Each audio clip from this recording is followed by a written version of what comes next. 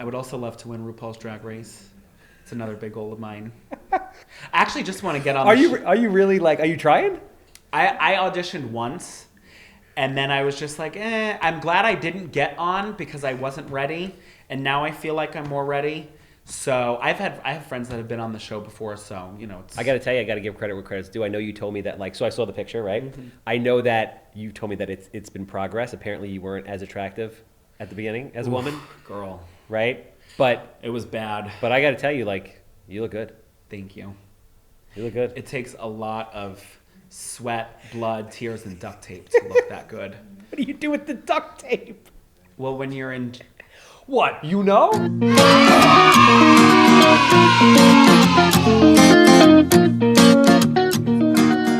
you?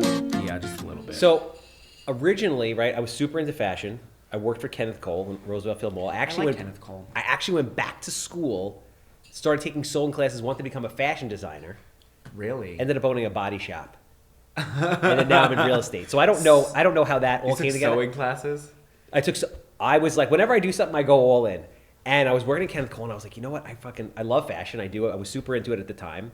And I'm like, maybe I'll be a fashion designer. It's a good field to get into.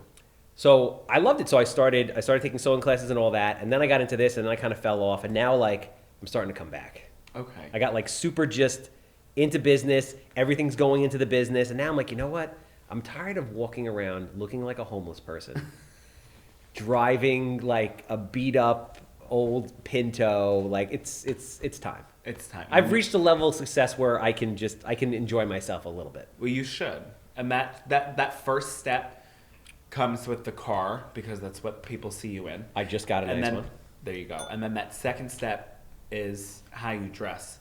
And I'm not even kidding. Like, every client, even other agents that I meet, that's usually the first icebreaker, is like, wow, you're dressed so nice. And sometimes I forget where I am, and I'm just like, I know. I got to tell you, this looks like it's a lot of work. It might be effortless, it might be quick, but, like, you're very put together. This looks like a lot of work. It is a lot of work, but, you know, Beyonce said pretty hurts.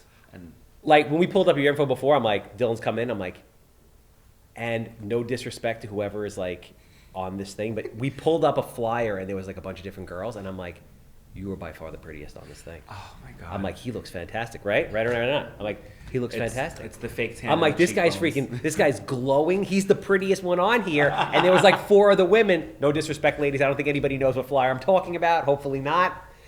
So I won't get any hate DMs. But I'm saying, yeah, you're put together. So it's the car, it's the clothes, and actually recently I've learned it's the watch. So the watch is a big thing. I got a new one for Christmas. What'd you get there? What is that? It's Belova. It's nothing crazy. But, you know, all my coworkers are, like, super into watches. They all have Rolexes. Yeah.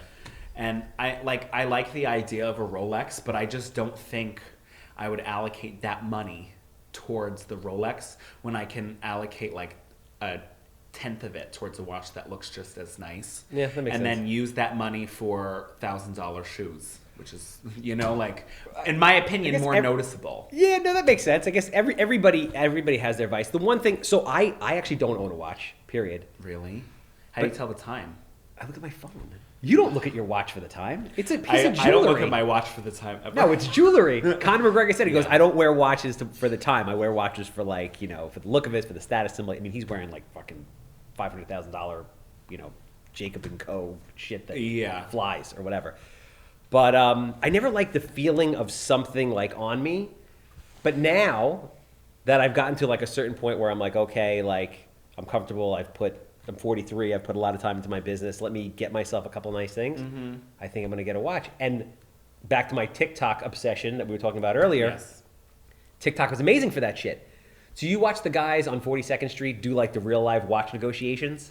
I have seen those, and those are honestly really fun. I kind of want to go be a part of one. Yeah. But I don't want to be the person buying the watch or the person selling it. I want to be like a moderator. Okay. I want to, like, whisper in one person's ear and be like, no, he said that he'll come up to this amount. And then I want to talk to the owner and be like, yeah, but he has, like, 5 other people that want to buy this. I just want to be, like, right in the middle, like a referee crop top shirt. You, like... Bro, like I was saying it before, and I'll say it for the people that are watching now, this 20 under 40, I don't know what's going on, bro. Like, this is another level. Like, you guys are all cartoon characters in the best possible way. Like, you're the third one in. We've had nothing but just like laughs and chaos. I think they went for character this year. Yeah? I think they went for character. Is that what it was? Yeah, for sure. So, a little bit about the real estate background first before we dive into just whatever else it comes into. Yeah. Keller Williams. How many years in the business? So I got into real estate when I was 18, and I started at the front desk of Keller Williams. I was working at Dunkin' Donuts, you know. Don't you miss Dunkin' Donuts? Bro, I worked at 7-Eleven. It was the greatest fucking job I ever had. I honestly kind of like Dunkin' Donuts. I would literally grab the donuts right out of the oven and fucking shove them down my throat. Did they cook them there? They usually ship them in. So when I first started there, they had shipped them in, but then at like a year and a half in, our site became one of the baking sites. So he owns like, I think when I worked there, he owned like 170 Dunkins. Yeah, and he only had 5 baking sites, and we would always be short on donuts. And then he added like 20 other baking sites, and ours was one of them. So towards the end of my tenure there, before I was wrongfully let go, then we started baking them, and they let me go because I requested Thanksgiving off. And they told me no, and I just didn't show up because I was one of the managers. And I was like, listen, not to be disrespectful, but I work for everyone else's holidays that aren't mine. Yeah. So I'm not coming in on Thanksgiving. I mean, Thanksgiving's kind of a... I mean, the reason why, again, I went down the whole fashion route and started taking sewing classes was I got fired from Kenneth Cole for wearing... I don't know if you... like. The sad thing is you were probably like 5 years old at this time because I'm 43, and when I worked there I was 23. Yeah, you were literally 5 years old. But there was a point in time where boxing boots were like fashion. I don't know if you ever saw pictures of that. Boxing boot. Oh, like the like actual boxing. Like actual boxing. Okay. There was a moment in time. There was like a blip on the radar. I could get into that. So I had a pair of Reeboks, and they were black. And the rule was Kenneth Cole's, just as long as it's black, you can wear it, because otherwise they have to give you Kenneth Cole shit. Okay. So I was wearing my black boxing boots, and I tucked the pants in because that's what you do. That's a serve. They fucking fired me for that shit. Well, actually, they threatened me, and then I walked out and quit. So that was the end of my fashion career. What did they have an issue with? They didn't. It wasn't very Kenneth Cole looking. What the hell does that mean? It's not Louis Vuitton. That's exactly what I'm saying. It's Kenneth Cole. Right. Like, no disrespect, but Kenneth Cole is at TJ Maxx. Yes. So. And listen, I loved it.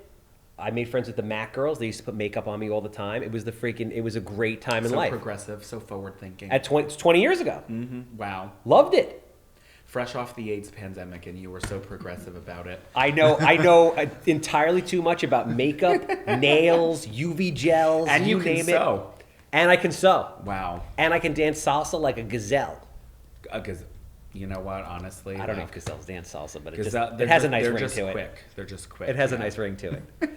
So 7 years, you're in Dunkin' Donuts. You're the manager. Your house in donuts. Yeah. You know, by the dozen, but you still chugging coffee. But you still look fabulous. Do you drink coffee? I drink coffee every day of my life. I drink multiple coffees a day. If I don't have one, I get a scorching headache where it's to the point where I literally contemplate suicide. You're addicted. You're at that point. I'm addicted, but it's better than being addicted to crack. No needle marks. Yes. No, they don't. Is crack needles? No. Oh, no. No spoons. No hot spoons. No, no, that's heroin. Heroin's a needle. With the spoon. Really? Yeah, they cook it in the spoon. Crack, they just smoke out of one of those pipes. Double homicide. Yeah. Well, the interesting, so I worked at 7-Eleven for 5 years. Greatest job I ever had. It was like, you ever see that movie Clerks? Yeah. It was kind of like that, just without the thing on the roof. Did you wear that vest? I did have a 7-Eleven vest. I had a 7-Eleven vest. I used to make the papers at freaking 5:30 in the morning on Sundays with Charlotte.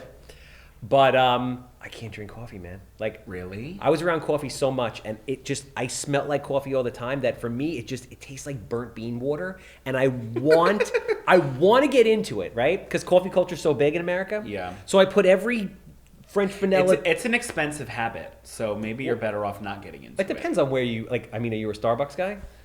I do like Starbucks. I really like 4-5, which is in Great Neck. Oh, yeah. Or Manhasset, whatever. But they have a couple now. They're in Garden there's City. a few. They're in Garden City. They're opening a cafe in Flushing near me, and they're going to sell 4-5. The food there is amazing. The food is so good. Yeah. But I mean, I'm a little bit bougie. I don't know if you can tell. So I do like an expensive coffee. I consider myself to be a little high maintenance. I came from a high maintenance family. Yeah, I'm very high. Nothing wrong with that. I'm an only child too, so it's just I've always only had to worry about me. But you earn it yourself. It's true. Let me ask you this question now that you bring up the only child thing, because this is important as I get older and think about having kids, right? And then talk to people that have kids, like my sister has one kid. You know how people are like, oh, you can't just have one kid, you have to have two, it's not cool. And I'm like, that doesn't make any sense to me. Yeah. You can be a very well-adjusted, super cool, and have one kid and have money and time to actually do shit. Well, that's the thing. Like my there's a lot of reasons to only have one kid. It could be medical reasons. It could be a lot, Growing up, I do wish I had a sibling, but I don't think that my opinion is really like fully fledged because I had a cousin who was literally born 3 months after me. Okay. So we just literally did everything together like we were brothers. So it kind of felt like I had a brother. But at night when he would go home or I would go home, I didn't really have anyone. Okay. So, but for like... Did you feel that like impacted you in a negative way?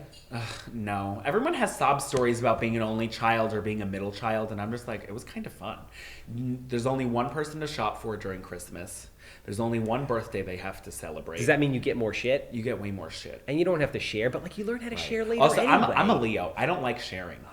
I'm a Leo. So if my parents would have given attention to another kid, I probably would have found a way to like push him out a window. Is that what they say about Leos? Yeah. Leos are very self-centered. So I've been in a number, until my current relationship, she's a Sagittarius, right? Oh, fire sign. And that makes sense. But it's working, right? My previous relationships, many of them were Leos, and it didn't work. So we're bitches. Is that what it is? I'm a bitch for sure. I mean, and when I tell you, it was like they were fiery wrecks. Like fiery wrecks. Yeah. Well, Sagittarius and Leo are both fire signs, and the other fire sign is Aries. So Aries is like the craziest, then it's Leo, and then Sagittarius are the nice, calm. Crazy. Calm, but they have that side, but not really. Really? See, but that works for me because I've come to the realization that I need a little crazy. Okay. And in my current girlfriend, I have a little crazy because if it's not, first I said to myself, like, you know what? I just need someone that's like really, really nice because I came off of like Latin. Too nice is not a good thing. I came off of Latin crazy, and when you come off of Latin crazy, girl, you're talking to me. I'm like every Latin country by insertion at this point. I mean, have you learned? Yeah, of course. But is your fiance Latino? He's Mexican. Yeah, he's Mexican, but he's like calm. That happens? I've never dated someone from Mexico. Yeah. So like obviously every country, like she was Puerto Rican, raised in Washington Heights around old Dominicans. So it's just gasoline and dynamite. Red flag. It's just gasoline and dynamite. And I didn't know. Bro, I was a 20-something-year-old kid from Wantua. What the hell do I know? Oh, see, if you grew up in Queens or like Brooklyn, you would have already had been adjusted to this. My graduating class had one half Spanish person in it. It's like Wantua is 98. How many people were in your graduating class? 200. I had 914 in mine. Wait, where did you grow up? You obviously are not a Long Island person then. No, I'm not. I'm from Queens. Oh, I didn't know that. I went to Cardozo. Then what are you doing running around here? What do you mean? You asked me to come out here. No, I mean, I met you in a house in Farmingdale. I thought you did a ton of stuff out here. Okay, so I just shifted to sales at that point, and I was going after any FSBO I could, and she happened to be in Farmingdale. All right. So I was just like, whatever, I literally have nothing fucking better to do today. So she said I could come meet her before the open house and then run the open house for her. Nice. And it looked really good. My friend George had introduced me to you through Instagram, and I was like, oh, well, this is a rundown, ugly, dirty piece of shit brick house. I'm going to call this guy. So I was like, and he seems like he loves rundown, dirty, ugly piece of shit houses. Yes. So I'm going to call him, and it's going to look really good that I'm bringing in a home flipper to her house. Nice. And then it's going to also look good that I have something for him to buy upon my first meeting of him, and we're not just meeting at a coffee shop. So I was like, I can kill two birds with one stone. So I went there. She seemed really nice. Total lie. She was a bitch. And then I was just like... I remember this. I was like, okay, yeah, I'll have him there. And then you came, I think the house was like, what was it, like 300-something thousand it was asking. And then I knew you were going to give an investor's offer, but At the time, it was a little high, yeah. Yeah, it was high, and I told her it was high because the floors were like more fucking construed and Yeah. It was a weird house, too. It was such a weird house. Yeah, I remember it being weird. It looked like a Barbie house, like it was shaped like a Barbie house where you flip it in and pull it out. It was a really weird house. It was so small, and she was like, "My mother put so much love into this. There used to be 20 Polish people living here," and I literally was like, "What do you say? 20 people?" I was like, "Wow." There's a lot of love in this house. And I was like, what were you, fucking packed in here like sardines? Wait, did you get the listing? No.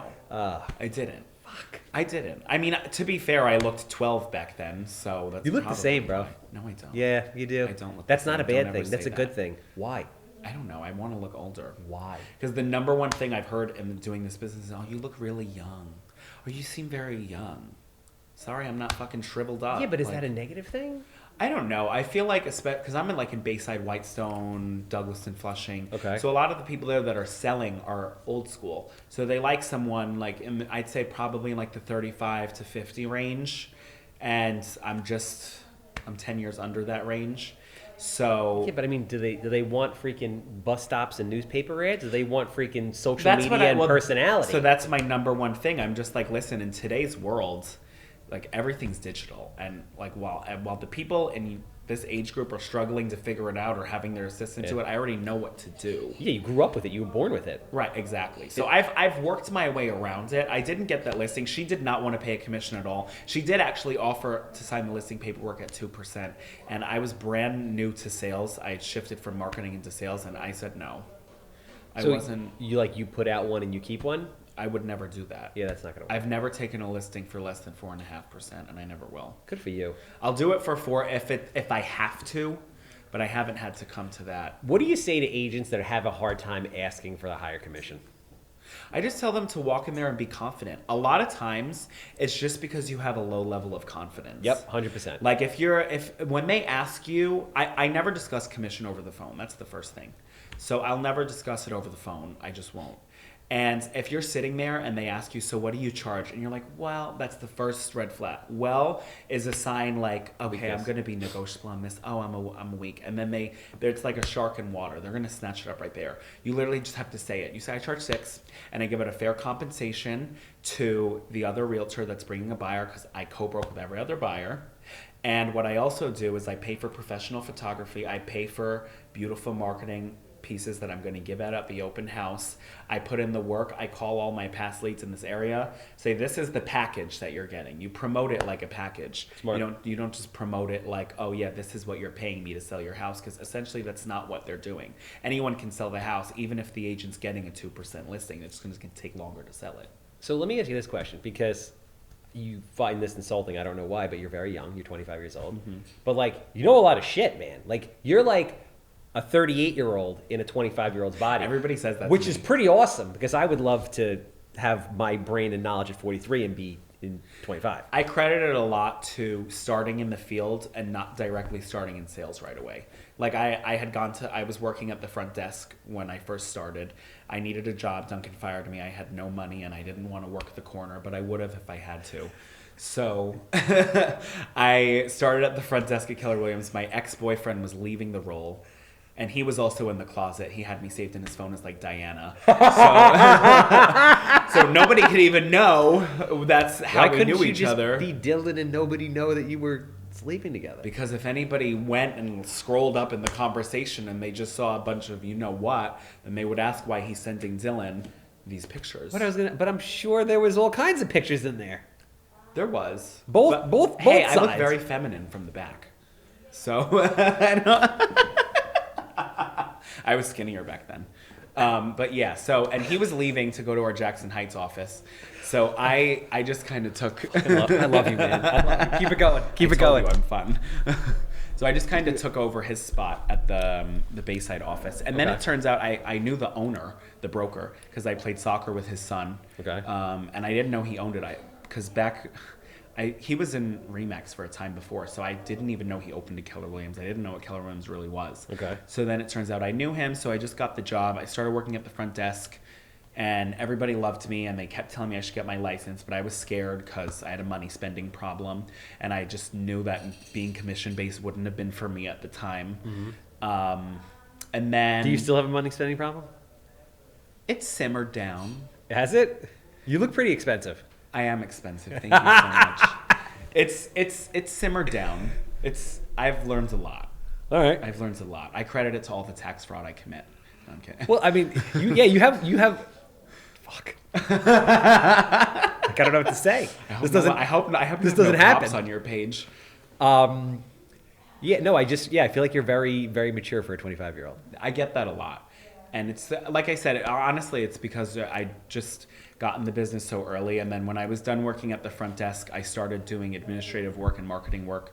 And I literally was working for like 6 or 7 realtors at the same time. Okay. And I was making a killing doing marketing work. Yeah. Because generating flyers and stuff like that? Flyers, I would do like blast emails. I knew how to put CMAs together already, so I would charge per CMA. Oh, that's interesting. Yeah, I went there like really experienced, and I basically had a list of everything I could do, and I charged. If I wasn't getting paid hourly, then I would charge per task. So I would work like 60 to 70 hours a week doing it, but I didn't care because I didn't even care about the money either. I cared more about getting the experience from it because all these people were A, older than me, B, had figured out a way how to, do sales and literally make $400 or $500, maybe even more $1,000 a year. Yeah. So because you're selling expensive stuff in the boroughs. Yeah. That's the good part. But like I try to do business in like Brooklyn, Queens. It happens sometimes, not often. It's really not easy. It is not easy. Even a total gut like is gonna in my area of Queens is gonna cost you like probably $750,000 or $800,000. It's not even so much the money. It's like the mentality of the I mean, I just deal with the investors. It's the Wild Wild West. It is a madhouse. Yeah. When I go into the boroughs, there are guys in velour suits with bags of cash pulling contracts out of their pockets and stuff. It is just and it's especially like in Manhattan too. Like that's very common in Manhattan, and then now in Brooklyn because everything in Brooklyn is like on the up. And coming up and rise. Like I was born and raised in New York, so 20 years ago if I wanted to, I was 20 years ago, so I wouldn't have gone to Bushwick. So 15 years ago if I wanted to go to Bushwick, my mom would have been like, you're not going over there, you're staying here in Queens where it's safe, even though it's not that safe. What part of Queens? Bayside. So it's because Queens safe. is huge. Yeah, Queens is big. You didn't have that whole like I did crisis in your early 20s where you're like, holy shit, I'm growing up, I need to like run away from home and not be an adult phase? No, not really. I think I had that actually maybe before I came out of the closet because I was always at odds with my parents. Okay. And then after I came out of the closet, me and my mom just like became like instant best friends. Were you at odds with your parents just because you were coming to that whole realization or just that's what... I think it was the realization, wanting to be independent, knowing I had this secret but not being able to tell anybody because I wasn't sure how they would take it. So it was just a lot of me. I'm also a psycho, and I make up complete situations in my head, and I act on those situations as if somebody actually did these things to me. So I'm that, not anymore, but back then that's what I did. Okay. Sidebar, you have the most flexible fingers of any person I've ever seen.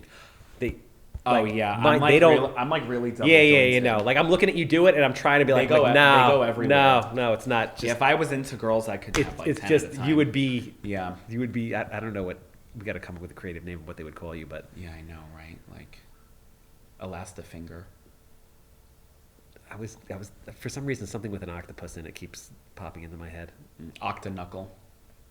But that's not going to make a girl. But Oct is 8, and I have 10 fingers. All right, we'll figure it out. All right. Keep going. So yeah, and then I shifted into sales literally right before the pandemic. Okay. And I was so excited, and I was like, oh my god, this is gonna be fucking great. I'm gonna do so good. I'm learning from the best. I got a desk in the office right in between 2 people that have been doing this 10 plus years that were geniuses, and I was like, this is fucking awesome. I was cold calling every day. I got a question. I got a question. Yeah. How did you overcome, because there's a lot of people, right, that like salespeople make the most money out of any profession. But there's a lot of people like had your mentality before, which is like, fuck, I know how much I'm getting every week when I have this job, and I enjoy $1,000 shoes, and I know that I can get a new pair every month if I just keep doing what I'm doing. Right. So like, what was the catalyst to essentially say, you know what, fuck it, I'm going to take the leap? So all the people I was working for were making all this insane amount of money. And I was just like, I could literally do this. Everybody that meets me tells me I can do it. I was meeting their clients because they trusted me to actually go meet their sellers and do all, like, well, I wasn't just behind a desk. I was out on the field meeting people for them. And 90% of the people that I had met for them, 95% of the people I had met for them would call and not even be asked, and just call and say how much they enjoyed my time and enjoyed me and how good I was, except for one lady who was a fucking homophobe who I wanted to run over, but I didn't run her over. And then, I can't change that. There's always that percent. Exactly. But I was like, you know what? I'm over here stressing, asking if I can take vacation, asking if I can do this, having to worry about this, requesting time off. So I was just like, I really can just shift to sales. And I did get very lucky. You know, my fiance, he works in a union, and he was just like, if God forbid you need anything, like, it's fine. Like, that's awesome. Yeah. So I finally felt comfortable enough to do it. And I had read something stating that, you know, when a plant is in the shade, it's never going to grow, you know, all that stupid gay fucking quotes where it's like, oh, you're in the shade and that's your comfort level, and you're never going to grow unless you're in the sun. And if you're in the sun, you know, the one about when an animal's backed in a corner and blah, blah, all that stupid, dumb motivational shit that they post. Yes. But it's actually true. Yes. So, so then I was like so amped up. I was like, this is great. Oh my God, I'm so good. And then like 2 weeks later, I was like, world shutdown, pandemic. You can't cold call anyone. If you do, you're going to get a $10,000 fine. Did you ever notice that the people that say you shouldn't be cold calling were the ones that were never cold calling and will never cold call? It's so true. And there's an agent in my office. She makes $1 million a year, and she cold calls like crazy. And I went to her, and I was just like, can I still cold call? What if I get fined? I'm 3 months in. And she was like, don't be a pussy. I was like, okay. Yes! I was like, love her. But yeah, so I had maybe had like 2 deals at that point, and I was 4 months in, which is actually good for That's 4 very months good. in. And I had a listing that I got for 6%, and it was like $990,000, and I had an accepted offer on it, my own buyer, and then when the pandemic hit, they were like, we can't move to a building, it's too risky, I'm sorry. And I was like, see, that's another. The beautiful thing about working in the boroughs, aside from the fact that it is insanely competitive, is the numbers are high and the commissions are high. The commissions are dwindling in the boroughs. Are they? Yeah. Because I thought the standard, like out here, you get people fighting for the 4%, right? In the boroughs, I always hear 6% is the standard. I don't know what borough you're going to, but please bring me with you. No, because that's gone. That's it. Those days are over. No, it's especially in Queens, our area of Queens, like Bayside, Flushing, Whitestone.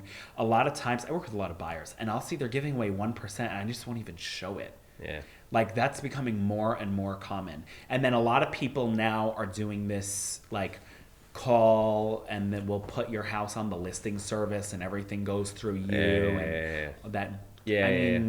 I actually did sell one property like that, but I only sold it because the owner wasn't like a cheap asshole, and they were giving away 3% to whoever brought the buyer. All right, that makes sense. I was like, that actually is profitable for me.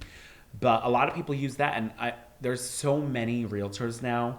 Everyone's getting their real estate license. Everyone watches Selling Sunset and $1 Million Listings, and thinks that you just open a door and dress nice. And do you know how many people became realtors because of that show?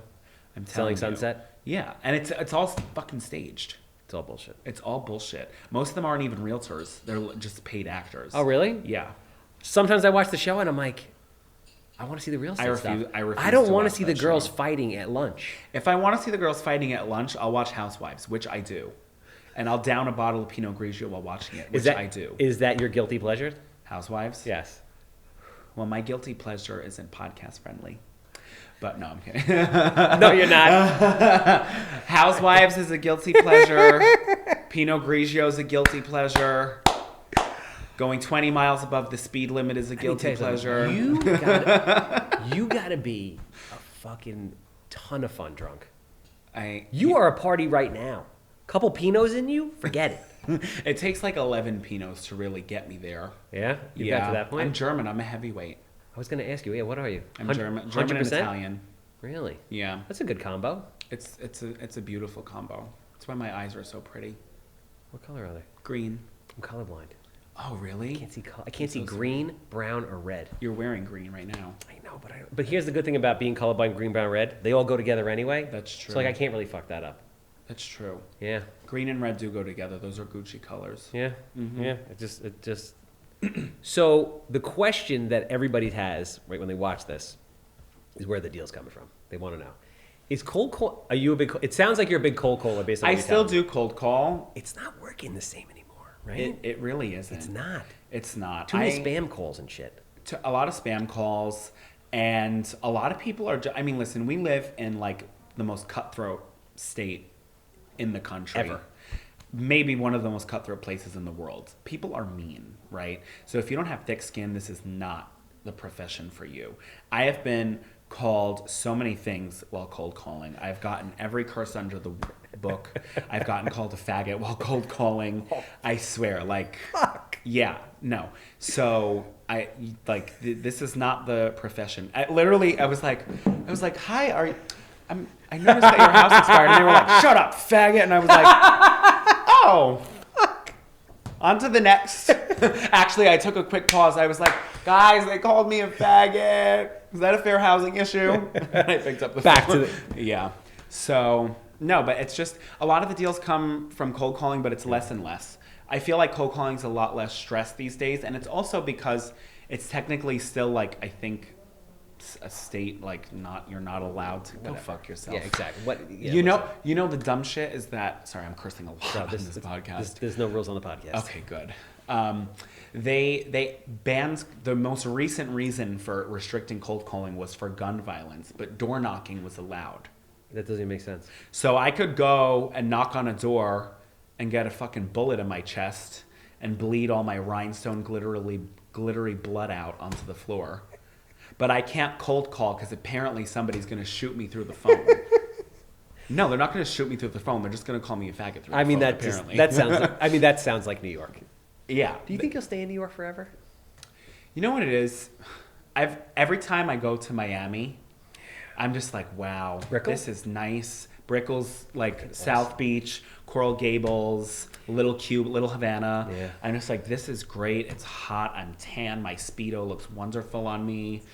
You feel like you're in another country. You literally, exotic, everything everywhere. It's so exotic. Oh, yeah. Everything. The dollar goes way further down there than it does here. And I'm just like, I could move to Miami. Yeah. And then I come back to New York and I see the blood on the streets and the traffic and the awful smells and the garbage on the sidewalk. Something endearing about it, though. I'm just like, this is so romantic. This is home. This is really romantic. As I get older, when I was younger, I was like, I'm never leaving New York. I'm a New Yorker. And as I get older, I'm like, New York's fucked up. I know. My best friend just moved to Delray, and she's born and raised Queens like me. And she texts me all the time like, I'm never going back to that shithole. It's just unnecessarily difficult here. It is. Everything is unnecessarily difficult. The only thing I'll say about Florida is it doesn't really have, like, a soul. There's not a wow factor. Everything is new, stucco, and looks the same. You don't know, like, wherever you drive, you're pretty much in the same place. New York has history and a little bit of age and character. It's true. It really depends what part of Florida, too. Because Miami, I feel like, has character. Parts of it. Orlando has some character to it, like, apart from Disney. And Boca, Fort Lauderdale. Boca Raton. No. I mean, yeah, if you're looking for, like, a sugar daddy, which I may be in the market for. No, I'm kidding. Then Boca Raton's cool. You know, I'll fly there for old men and money. But besides that, there's nothing special about Boca Raton. But yay, we worked our whole lives in New York and we've been racist since 1940 and now we're going to move to Boca Raton. That's basically what it is. Like that, there's nothing special about Boca Raton. So where is the business? Like you got to give the goods up on the podcast, right? Where's the business coming from? I will say some of it is cold calling. Okay. A lot of it is building, a CRM database. I use Top Producer and I make my, calls for all my past clients, people I know. I also do farming calls because I'll sell a house. I'll download a list from like Cole's Realty Resource. And it has like 1,000 names on it. And I'll just dedicate time to doing it. And so I do get business from that. A lot of it is referrals too. I mean, what my big thing real estate wise is that I leave a lasting impression. That was actually playing in my head before you said it. It's funny. Like people are always gonna, and I don't want to sound like a pompous asshole, but people are always gonna remember me. Yeah. I'm never gonna let them not remember me. Yeah. So I do get a lot of referrals. I also I love to do expireds, but I won't just do one expired call and hang up. Like I'll personally mail them flyers, a business card, a refrigerator magnet, even though it sounds so old-fashioned. People like these things. Really, you can get business from anywhere, any source at all. It's really just persistence. So how much time are you actually dedicating to prospecting? Because I talk to agents and they're always like, oh, there's no business and I'm working so hard. And I'm like, yo, when you really think about what you're doing on a day-to-day basis, you're not really working hard. Listen, I'm the first person to come into the office, iced coffee in one hand flapping in the other, and go and bullshit and fucking go to my friends in the office and be like, oh my God, that bitch looks so fucking ugly today, girl. And then leave. And then, I'm the first person to do that. But when I am... She got the lip injections and they're cute. I know, she should have gone to my doctor instead. Oh my God. Can I ask you a question? Why are women doing that? I don't know, actually. Because we don't care about that shit. I will say a top lip is important in my opinion. I don't want you to smile and all I'm seeing is front tooth. Right? Yeah, but I just... What are you going to do, chomp on me? When you think about the whole all right, women, big lips, guys, does it trigger, DSLs? Guys going to be like, it turns into a sexual thing. No, we don't You don't need big lips to give a good blowjob. That's what I'm saying. And you know what? I want to say it publicly. I haven't said it publicly until now. It's probably going to get me in trouble, right? Because so many women have these crazy lips, and then they go overboard, and one half of the much. One and half one of the is lip is up, up and here, the other one's there, and the other one's over there. And I'm like, yo, It's too much. We love you with your normal lips. We don't give a shit. Listen, I'm progressive. I'm all for get your body done, get this done, get your lips done. I don't do what you want. But a lot of people go way too overboard with it. Contrary to popular belief, I've never had my lips done. These are natural. I believe it. Oh, thank you. Oh, there's some Everybody asks me where I get them done. And I'm just like, no, they're real. No. Yeah, they're real injection. No, I'm kidding. No, I've never had them done. I don't know what the obsession is. A lot of it's social media too. People see Kylie Jenner and they see a lot of these girls, and Kylie's lips look good because she has somebody that is one of the best people in the world doing her lips. So when you go to some random person you find in a random place in Flushing and she does them, it's not going to look the same. It's not. And it's a lot of filters too. It's not. It's all smoke and mirrors. Yeah. I got to ask you a question because everything comes out of the gay community. You guys start everything. We really do. And then we adopt it. We make people very famous. So recently I heard something's coming back. I'm going to ask you if this is true. We talked about this earlier. What? Bush. Is Bush coming back? I heard. I would never vote for him. No. I know. That's what he said. I'm like, yo. I'm like, my friend Tony, who's gay as well, says Bush is coming back. I'm like, what do you mean Bush is coming back? He goes, we bring everything back. We start stuff, and then the heterosexual community adopts it. I think it's really what you prefer. Okay. So for me, I'm a good old-fashioned bottom, and I put a lot of time and money into waxing and self-tanning and just making sure that everything is very smooth and welcoming and pink. It just has to hurt. You have a very high tolerance for pain. You have to. The reward is better. The reward hurts less. The reward. But I will say a lot of gays, especially in the Brooklyn scene, they love hair. They love hair. For me personally, I don't want you to not have anything going on down there because then I feel like you're a child and I feel gross. But I don't want to be flossing with it either. So there's got to be a balance. Yeah. I was curious. Tony said this to me a month ago. He's like, it's coming back. I'm like, the 70s porn is coming back. Gay people love hair, and they have this. A lot of them have this weird obsession with not using deodorant. And that's a new Brooklyn thing. It's a new Brooklyn thing. That's a Brooklyn I hate thing. when I go into the club and it smells like fucking onions. No. I'm not into it. I don't care how much aluminum the deodorant has. I don't care how progressive we get. We can use aluminum on our armpits. No, that's it. I don't care if it No, gives I'm me, with you. I don't care if it gives me cancer. I don't care. No, I'm with you 100%. They still have a club scene? Because I feel like the club scene died like with my generation. No, I mean, well, this is the thing. It's like the gays bring things back. So if you go to Hell's Kitchen, Williamsburg, Bushwick, Chelsea, the clubs are still up and going. It's really depends what DJ you're going to, where you're going. It's very still like Studio 54, very disco. It really depends where you're going, what promoters you know. All the parties I go to, they're fun. Like, it's fun, and I feel like I'm in the 80s. I mean, I'm not in the 80s because the Coke's not as good, but just kidding.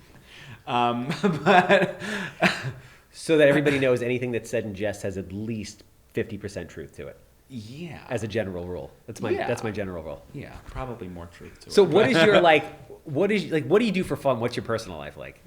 So honestly, for fun, I really do just like to, it's going to sound maybe basic, but I like to go to the gym. I like to work out. It really is like a stress reliever. Okay. I love shopping, if that wasn't obvious. I do like video games. I love video games. Which is shocking.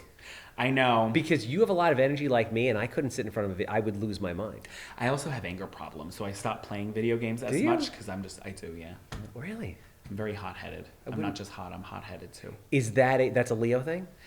I think so. Oh, so come full circle. We're temperamental. So come full circle here, right? We're talking Leo, Leo, Sagittarius. What was the one that was Aries? Aries is totally crazy. Aries is the most psychotic, like... What month is that? It's end of March to middle of April. Got it. Okay.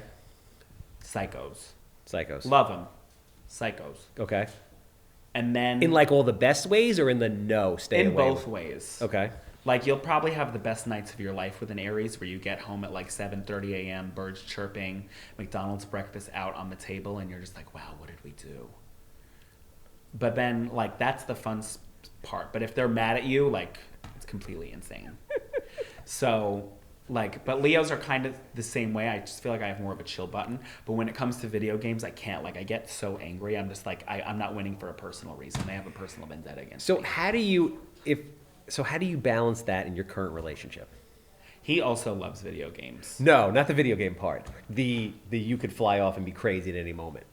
He's the calmest like person I've ever met. He doesn't care. I can literally be screaming at him, and he'll just be like, "Okay, do you feel better?" Okay. It's like one of the, so you need the balance. Yeah, it's got to be like it's a complete balance. Fire and water. Like what is he? He's a Capricorn. Okay. Which is a water sign. Got it. Or no, maybe it's an earth sign. I think it's an earth sign. But either way, what are Scorpios? What are we? Scorpios are water. Oh, interesting. You're Scorpio? Yeah. You're crazy too. I am. That's why it didn't work out with Leos. And you know what it is? What about Sagittarius? Well, Scorpio, if they're going to date any fire sign, Scorpio and Aries, big no. Personal experiences with my friends. Scorpio and Leo, no. Scorpio and Sag is a better mix. Because what I've learned, like to come full circle again, is with me, I need a little crazy. I need it. Like I need a little drama in my life. I don't want drama all the time because we have stressful jobs. And it's like we're in the street battling over bullshit all day long. All day long. It never ends. Mm-hmm. So when you come home, you don't want chaos when you walk in the door. No. But I don't want crickets either, or I will lose my goddamn mind. You know why you can't? Because it's like you said, our job is so crazy and we're so argumentative and out there and on the run and like this. So if we came home and it was a complete 180 to where now everything's calm and quiet, you're going to be like, okay, no, I don't like this. So you just need like a tad bit of argument, like not a crazy argument, just like, are you gonna put that fucking ketchup back in the fridge? Yeah. So just something like that. Yeah, which yeah. Is like wrong potato chips, and they throw them across the right. Like why the fuck is your toothbrush in the fucking shower? Yes. Like just something small. You understand me so well. Yeah, I get it. Because I spend all day on the phone, running around, negotiating, arguing, getting yelled at, all this stuff. So when I come home, I don't want that same level of chaos. But if everything was so calm, I would think something's wrong. I'd be like, are you mad at me? You're so calm. And I do that sometimes too. And he's just like, what do you mean? I'm just like, you're being really quiet. He's like, I'm literally being nice to you. I told you look nice and I'm giving you time to just chill. And you're asking if I'm mad. I'm just like, yeah, because you're so quiet. You must be mad at me or something. I come to this thing where I realize that like I need to exist in chaos. Like if it's not chaotic in work all the time and like shit is just not going either horribly wrong or whatever, and it's just quiet, I'm uncomfortable. The first step to recovery is admitting you have a problem. Yes. I think at 43, I'm finally realizing, because I used to always think I was perfect, and I think I realized it maybe the last 30 days, I'm like, maybe I'm not. You are perfect, because everybody's perception of perfect is different. Why you give me that look? You realize that 30 days. Yeah, I kind of feel like I was always like, listen, my mother used to wheel me through the supermarket from the time I was born and drooling on myself saying, you're a prince and you can have anything you want. I mean, where did I fucking grow up here, right? And then all of a sudden... See, my mom would say that, and then we'd get home, and she'd have that cigarette in her mouth. She'd be like, if you don't make you a fucking bed, I'm gonna beat you up. That was just the public persona? Yeah. And then it was like... Oh, no, my mom's the best. She would literally, like, fight 100 people at the same time for me if she had to.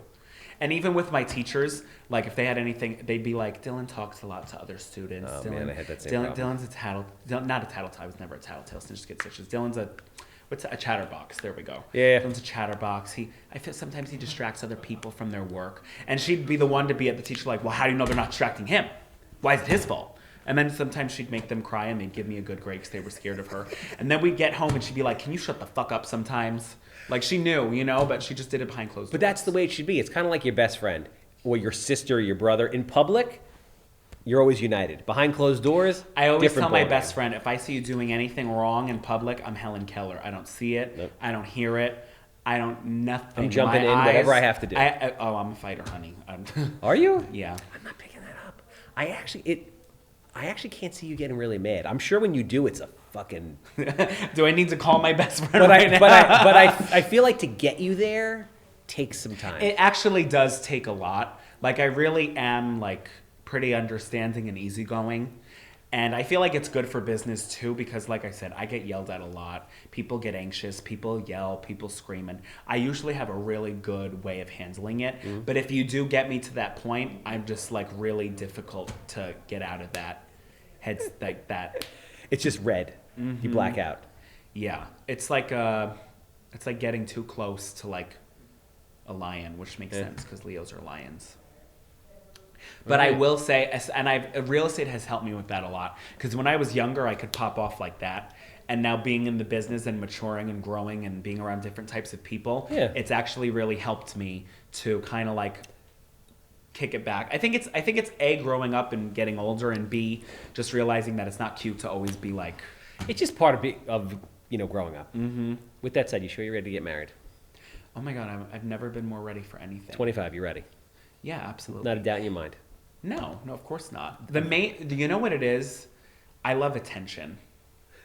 So I feel like we're the same. Anything that, like, I've been planning a wedding since I was like 15 and convinced I was going to marry a girl just to make people happy. And I just know, like, I know that I'm going to make them roll out a red carpet. A lot of people walk in with their spouse. Is this planned already, by the way? Huh? Is the wedding planned? It's in the stages. Okay. When is it happening? I'm aiming for next summer. Okay. I'm aiming for like a year and a half down the road. Okay, so you gotta get with it. I don't want to rush it because I just want it to be perfect. Like, I want a red carpet. I know I'm getting my white suit custom made, and the back of the suit is going to have a heart cut out, and it's going to show my beautiful tan toned back.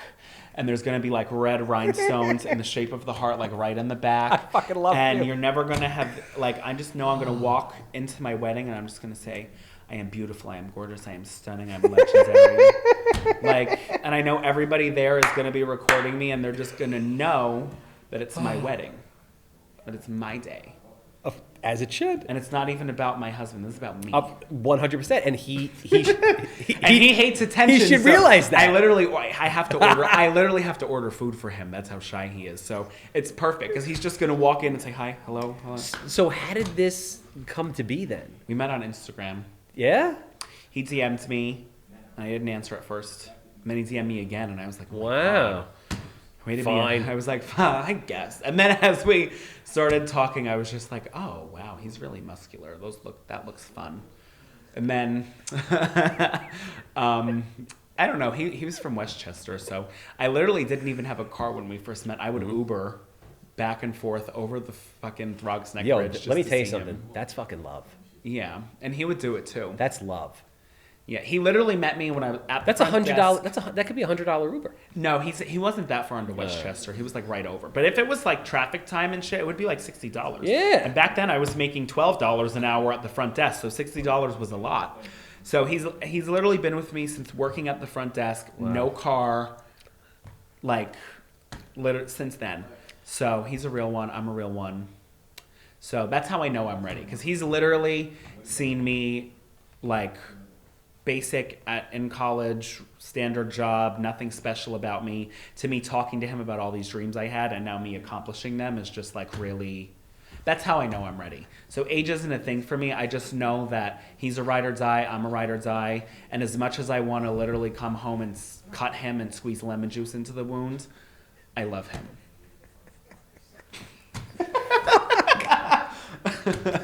That's going to be a clip. That's going to go out. So, speaking of which, I'm curious, what are the goals? What are the hopes? What are the dreams? Because again, you're young, top 20 under 40, doing very well. Yeah. And you're 25.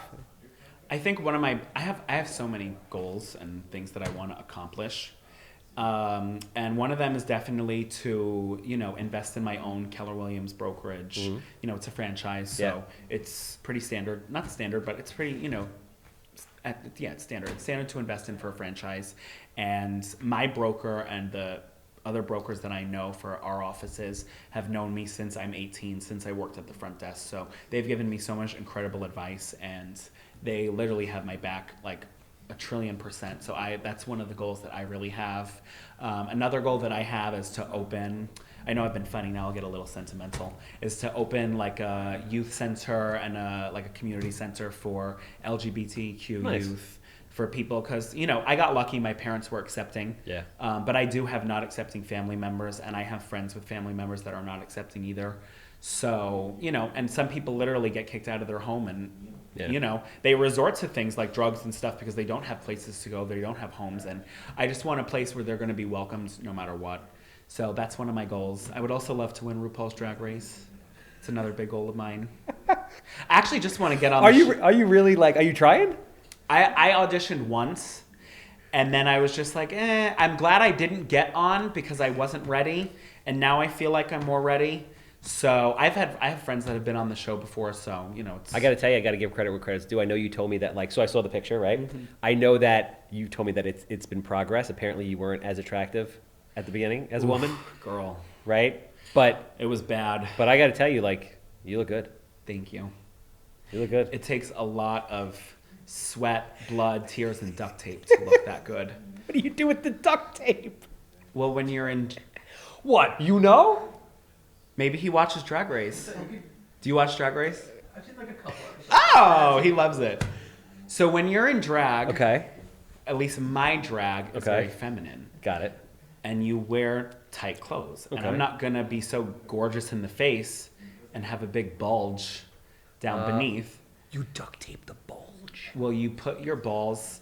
Remember, this is the tuck? So so you remember when you're younger and your balls don't really drop. Okay. So there's still that sack. I do the mangina all the time. Yeah. So you could push your balls up. Yeah. You push your balls up, and it's kind of like you have ovaries, and then you take your. Wait, you do? Yeah. That's gotta fucking hurt. Aren't you afraid something will happen? It'll twist. You'll get that torsion thing I that have health happens. Insurance. But then they have to cut them open and untwirl them and put them back in. That shit happens. I don't really use it much anyway. So. All right. It's really just there for show. Yeah. So you push those up, and you take the middle part, and you pull it back, and you duct tape it in between the back side of you. And then you put on a nice tight panty that matches your skin tone, and you put on a lace thong, and bam, you have a vagina. And it doesn't chafe, you can move, you can walk, and it doesn't hurt. It's quite painful. I was going to say, it's got to be. It's absolutely painful. There's nothing painless about it. By the way, any man that's watching this, if you say you haven't done the fucking mangina at one You're point, lying. you are a fucking You're liar. lying. You are lying to You're yourself. lying. Yeah. And I can recommend great duct tape brands for you if you want to try what I just mentioned. Are there really duct tape brands that are better than others? Oh, duct tape is the brand. Yeah, duct tape is the brand. Oh, Bro, they hold. I mean, Gorilla Tape is actually the best. Yo, duct tape holds. If you're blessed down there like I am. duct tapes hold NASCARs together at 200 miles an hour. Yeah. I can't even imagine what it's like when you try to rip that shit off. Well, you have to go in the shower first, get some warm water over it. Oh, there's a system. Yeah. You have to go in the shower first, get some warm water over it. You know, you could do it like a Band-Aid, but then you risk, you know, taking some skin off. Yeah. So I just recommend doing it nice and patient and, you know, really putting love into it. Heat gun. Yeah. So it's that. I don't even know how we got here. I'm trying to revert back to the first. Oh, you said I look good, and I said it took a lot of duct tape to look that good. And then curiosity, man. I'm like, duct tape? Who knew? This is great. I like to know about everything. Yeah, it's honestly a pretty liberating feeling. Man. All right, so back to wrap it up, back to real estate, because you might find this shocking, but we've been going for an hour. Really? It's been an hour. These things fly. Okay. I cannot even believe it's been an hour. It's been an hour. It's been pretty fucking fun. It has been a good time. You're a good time. Thank you. Let me tell you something. Everyone's not a good time. Some people I have to drag across the finish line. They were telling me that a lot. Yeah, of them no, it's not that. But I'm telling you, this top 20 under 40, I have high hopes. Yeah, I know a couple of the other people, and they're really fun. You're gonna have a fun time with Nick So this is going to be good. Who's Nick? Nick who? Zestinakis. Oh, yeah, I remember that name. He's funny. You can't forget that name. Him and I actually have known each other since high school. Yeah? Is he a Keller Williams guy? He is. We're in the same office. Is this your work husband? No. Oh, okay, no. He's not the work husband. Oh, that's a different guy. No, the work husband is much better looking. Don't tell him I said that. Sorry, Nick. You're still handsome. Still love you. It's just everybody has a I type. just don't like white people. I mean, white boys. I like white people. I just don't like white boys. Everybody. I mean, listen, I don't like blondes. There's no, it just, I'm gonna have to go dye my hair. you're not a natural blonde. You're not like a natural blonde. So I guess to close out, right? This is the closeout question I always ask everybody on the top 10 under 40. So you're from Queens, so this doesn't exactly apply the same way. But on Long Island, there's 30,000 realtors. There's probably a shitload in Queens. There's a lot in Queens. I can't even imagine. But every one of them is under 40, wants to be you, obviously. Right? Maybe minus the whole like pain of the duct tape thing. You don't know what they do behind closed doors. It just, yeah, no, it feels like I get hurt. Oh, it's painful. The torsion thing I'm worried about. A kid I played hockey with got it once, and they had to unzip it, bring it out, and unravel it. Like spaghetti. Because it got all, I don't know. I would have just taken a fork and been like. I love it. I don't even. This is streaming live, right? And we have a side of Alfredo. I'm gonna have 4 million text messages and DMs. I can't wait to unfold it. Okay, so go back to how everybody wants to be me. Everybody wants to be you. Thank you. So, what do you have to say for people that are under 40, have been in the business for less than 5 years, and have a shot of being top 20 under 40? This is my second year applying. I applied last year. I didn't get it, and I was very heartbroken and demolished, and I was on suicide watch for 45 days. Not really. I did apply last year. I didn't get it. My main thing is just don't look into it too much, because last year I was a psycho, looking at everyone's stats who I knew applied, and this is bullshit. I have higher stats than this person I'm in. And then when the list came out, I was like, what the fuck? I outsold 11 of these people. It's fucking homophobic. But there was another gay person there, so it wasn't really homophobic. I was like, can I play the card? Should I play the card? No, but just don't look into it too much. This year, I literally applied, and I had people vote for me. And then I stopped thinking about it. And it was funny because when I got the call that I was on, it was actually Margarita Day in the office. We were out on the balcony. You guys have Margarita Day? Yeah. We have a bar by our desk. That sounds fun. There's 7 of us that are really close friends, and we have an espresso bar and then an alcohol bar. Oh, it's not a Keller Williams thing, it's a you thing. It's a 7 of us that are really dope as shit in the office. Got it. So we have that. We have the espresso bar for 9 a.m. to 11:30 a.m. when we're Italian and we drink espresso. Got and it. We're classy and 1 sugar and half a sugar and no sugar. And then come 1:30 on, when we've all gone through our stress of the day, we're just okay, break up the fucking tequila. Yeah. Anyway, that day was Margarita Day, and I was 3 margaritas in, and Dan O'Neill calls me and he's like, this is Dan O'Neill and I'm calling you with YPN. And I was like, oh my God, I hope you have fucking good news for me. And he was why, do they call you if you don't win? No, but no, they only call you if you win, but I didn't know if he was calling to say I want to show you your get listing. reported, and we're reporting you. We hate you. Never apply again. So and when he told me that I got it, I was like, fuck. And I almost kind of forgot that I had applied for it because I just let it happen. Last year I was psycho. So my advice is just apply, be authentically you, because last year too I was just like, this sounds good, this sounds nice, and this year I was just more me. I think I even cursed in my description there you go. I submitted. So just really be authentically you. And what I have realized is they don't just care about stats.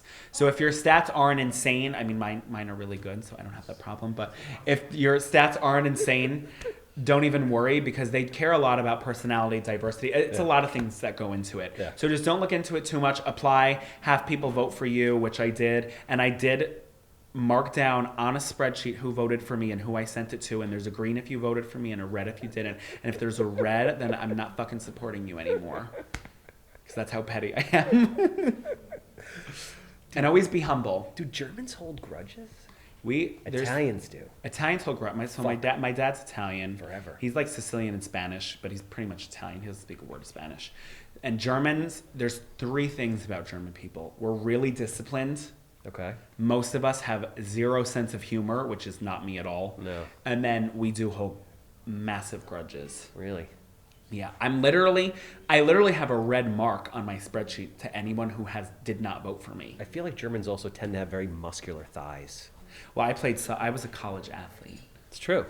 No, right? I was a college athlete, so I was a soccer player in college. So this and before college, but so this is where the thighs came from. Hence the thighs. Yeah, I was calves too. You have diesel calves. Yeah, well, it all came from sense. soccer. Yeah. I loved soccer so much, and I mean, I was like the fan favorite in the locker room, so I had to stay.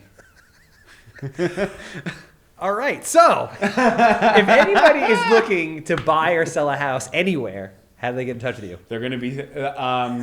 so you can find me on Instagram at Dylan Buggalo, and if anyone else has that name, I will sue them for trademark purposes. You can text me, 718-869-9836. You can call me at that number. You can literally just go into Bayside and yell my name loud enough. I'll probably appear. If you say genie or rhinestone or lipstick 3 times, I also appear. Or what's your alter ego stage name? Wolfgang. Wolfgang. Yeah. No, but in all seriousness, you can reach me on any platform. I respond to everybody. I'm always happy to work with everybody, and yeah, so that's where you can reach me. I love you, man. I love you too. I've had so much fun. Let's go on a double date. We should go on a double date. Let's do it. I'm being absolutely serious. We would have a really fun time. Let's do this. Do you know Amanda Palmieri? Do you know my girlfriend? I think I follow her. Do you? I think I do, and I've definitely heard. She's a realtor too, right? Yeah, she's a realtor. Yeah, Mm-hmm, all right, we're doing this. We're coming to the. Do you know boroughs. Diego Hernandez? Do you know my boyfriend? No. You wouldn't. Yeah, no. Because he's so. I mean, because he's so like low key. Does he speak Spanish or no? Yeah, that's his like primary language. Does he dance salsa? This man like will dance if he has like maybe 2 shots in him. Him and I are kindred spirits. He's not much of a dancer. No. He needs to have a little like courage, and the courage is either tequila or me threatening to beat him up. Yeah, either one. You don't. I don't know. When I just see you, I just see love. I don't see any. Oh my god. I'm so glad I put on that facade. I mean, behind closed doors, it might be a different story, but yeah, when you say these things, it doesn't. You're gonna see the news and say domestic violence charge against top 20 under 40 interviewee. Like, was wrong about that one. Wrong again. I'm obviously the handsome home buyer. If you have a house that smells like cat pee, dated from the 1960s, 6 inches of mold on the wall, human waste floating past the basement steps. I'm quick. I'm easy. What type of sicko has a cat piss fetish? I'm a good time. Not as much of a good time as Dylan, but I'm a good time. I want to buy it. You're a great time. 516-777 sold. Pleasure, man. Thank you so much. That's a wrap.